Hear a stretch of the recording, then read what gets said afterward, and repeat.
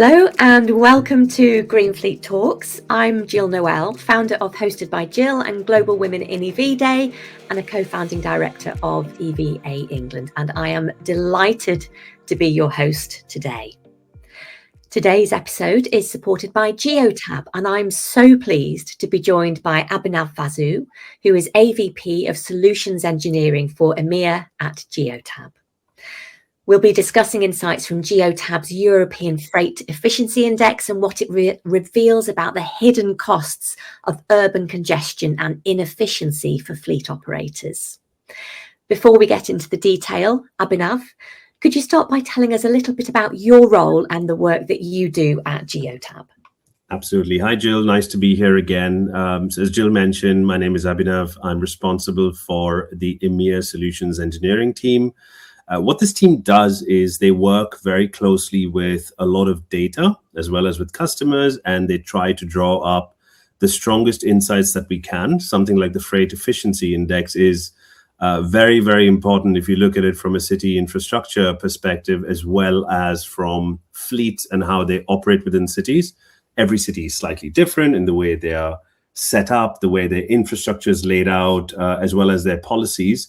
And this team is very, very crucial to actually being able to understand that data with a critical lens and focus on what could be improved and what we should keep in mind in the world of fleet. Outside of that, the team is also very, very keen on working with the wide portfolio of products that we have in Geotab and providing the best use of that product and deriving maximum value for all of our fleet customers. Pleasure to be here again, Jill, and I always look forward to these talks. Thank you so much, Abhinav.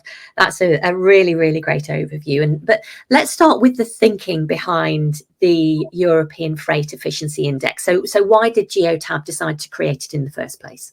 Yeah, the conception, I think, is very interesting, right? So what the index represents is a bit of a shift in how freight efficiency should be understood.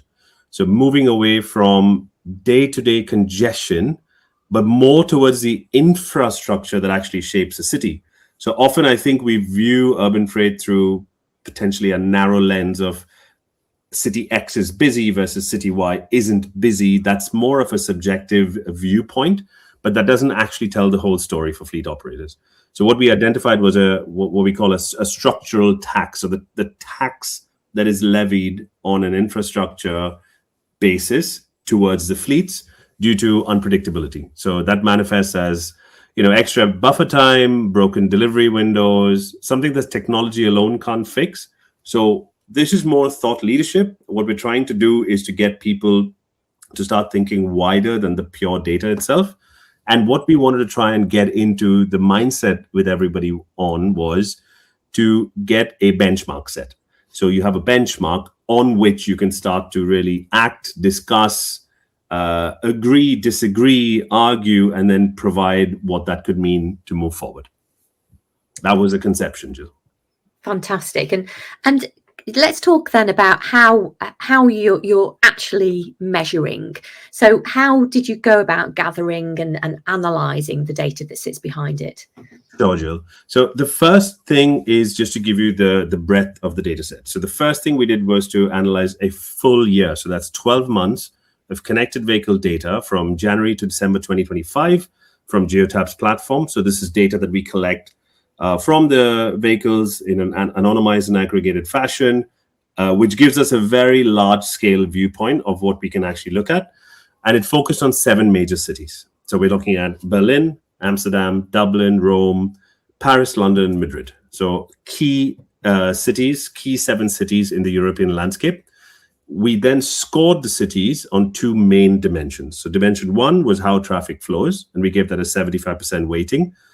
This looks at things like congestion burden, windows that are free or uncongested, and travel time variability as well, because we know fleets vary in terms of travel time. And the second weighting, which was a 25% weighting, was the congestion costs. So mid-trip idling. We took that as, you're in the middle of a trip and you're idling. What does that mean in terms of cost? And that's a proxy for systemic waste. What we then did was a 60-40% weighting between passenger vehicles and trucks, which kind of reflects the real world road demand of cities, right? So we know that there are probably more vans and passenger vehicles traveling within a city than a truck itself. And then I have to call out the team. I think the team played a really major part in this and a crucial role in helping us define what metrics would work, what metrics would not work, the methodology, the data study, the accuracy of the data, and really going into that depth. They analyzed data on vehicle movement, engine performance, as well as idling patterns. And these were aggregated from, and I use the word aggregated very strongly because it's aggregated and anonymized data on which we employed some statistical modeling as well to derive two core dimensions, which were how does the traffic flow and what does the congestion cost? So this was calibrated and validated against real-world urban logistics challenges to ensure that the index's relevance and accuracy for fleet operators and policymakers was indeed something they can start to look at. Brilliant. Okay, so let's turn now then, Abhinav, to what the data actually reveals. So what were the headline findings when comparing the 7 European capitals? I'll start with a bit of transparency. There's a lot of numbers here for all the viewers here, so I will glance at some numbers, so I hope that's okay. So I think the most striking finding was a 144% efficiency gap between the best and the worst performing cities. So from the 7 cities we looked at, the best and the worst, there was a 144% gap. So Berlin leads the index with a score of 61, so higher score is better. And that's characterized by a polycentric layout of the city that distributes traffic efficiently. So it's the core principle of how the city is laid out that leads primarily to a much higher score. London, unfortunately, where I live and where, a lot of our discussions occur, ranks near the bottom, which is 6th out of the 7, with a score of 29, just ahead of Madrid on 25. The infrastructure plays a huge role. So predictability and driver behavior is the real differentiator for fleets, but the infrastructure does play a key role. And we actually saw that in 5 out of 7 cities, the truck fleets actually outperformed the passenger vehicles due to operational discipline. So they have structured routing, structured scheduled delivery windows, as well as trucks have a lot of other regulations and policies that they're governed by. So it actually showed that the trucks were outperforming the passenger vehicles. Wow, that's really, really interesting. And you've mentioned London there, so sort of bringing it closer to home for us at least. Clearly London is particularly challenging, but what does the data reveal about London in particular? Unfortunately, London is the least fuel efficient city in the study. So that's the unfortunate truth of it from the data that we've seen. And it recorded 15.6 liters per 100 kilometers for passenger vehicles, which is nearly 2.4 times the figure for Paris. So the numbers are staggering. These are big differences. What I think and what we think based on the data that we've looked at is it's probably due to the stop-start nature of London. So that I think is a primary driver of this inefficiency. Engines can't really reach their operational efficiency when they're constantly idling. For trucks in London, though, the data showed an idle fuel ratio of 11.1%. Again, very much on the higher spectrum from the entire study. We then looked at a city such as Rome. And in Rome, the traffic often moves in a kind of continuous crawl motion, whereas London's congestion is highly fragmented and unpredictable. I live in London. I can definitely vouch for that.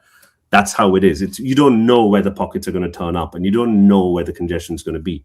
So this creates a bit of a structural tax, I would say, for UK fleets, meaning extra buffer time has to be built into every schedule, and that kind of leads to fairly broken, fragmented delivery windows. That makes sense. And I think it also naturally leads into the sustainability question. So Abhinav, how does this data change the way we think about greening the fleet, or how should we be now thinking about greening the fleet?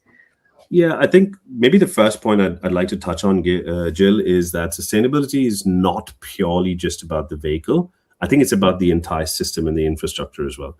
So even the most efficient EV or ICE vehicle is going to lose performance in a London-centric stop-start environment. What we've seen from the index, though, is that in the vehicles that we analyzed, they burned an estimated 1.58 million liters of fuel in 2025. That represents approximately 2.6 million euros in idle waste over 12 months. And improving predictability is just as important as reducing the volume when it comes to low urban emissions. So if you look at Rome, for instance, that teaches us that the city moves slowly but consistently can actually be more efficient than a city that moves faster but is more fragmented in terms of its stop-start nature. Very interesting. So what should fleet managers be doing today based on these findings, would you say? Yeah, that's a great question. I think they should plan around the city and not against the city. So you can't really beat the stop-start. That's going to be there, right? Because fleet managers are operating fleets, but then there's consumers and there's all sorts of other vehicles around on the road. So we need to understand, or I would suggest that they understand the city's profile. So if you're in London, for instance, account for that high variability of travel, prioritize operational flexibility. So the data rewards the fleets that can adapt in real time as journey times shift. And that's where I think the power of data really comes in. When you're watching it live, you can make those quick, agile changes. Also think they should use data and separate that from environmental factors, right? So vehicle data, fleet data is very different from the environmental factors. To identify things like systemic idling caused by road versus behavioral idling, right? So if you're in a congested area and you've got no choice and it's a very hot day like it's been for the last few days here, that may be okay in terms of idling.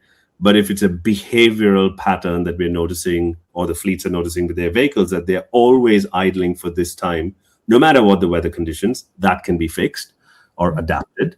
I think dynamic routing is another one. So adopting dynamic routing, so not strictly following fixed schedules, but rather towards evidence-based dynamic window management would be another takeaway that I would like to write for the record.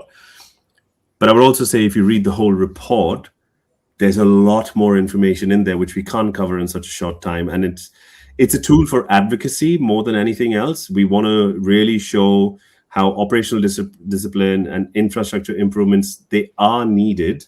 And I think with fleets coming together and really working on that, I think we start to see a seismic shift in how infrastructures are planned. Yeah, for sure. And Abhinav, I absolutely love what you said a moment ago about needing to work with the city rather than against the city. But what's the one message that you'd most like fleet operators and policymakers to take from this work? Yeah, so my main message again would be, I think you kind of touched on the main message, is working with the city, not against the city. So I think the main thing would be to focus on the data, try to understand where you've got data-driven agility and evolution that can be adopted versus behavioral city infrastructure that needs to be changed. And those are the ones I would target with the policymakers. Brilliant. Thank you so much, Abhinav. Thank you for joining me today. It's been a really fascinating and hugely insightful discussion. You've highlighted how efficiency, sustainability and fleet performance are deeply connected, and that understanding the systems that fleets operate within is just as important as the vehicles themselves. For our listeners, this conversation shows that standing still literally comes at a cost, and that data-driven insight is a key to moving forward. Thank you to everyone listening. Until next time, thank you for joining us. Thank you very much.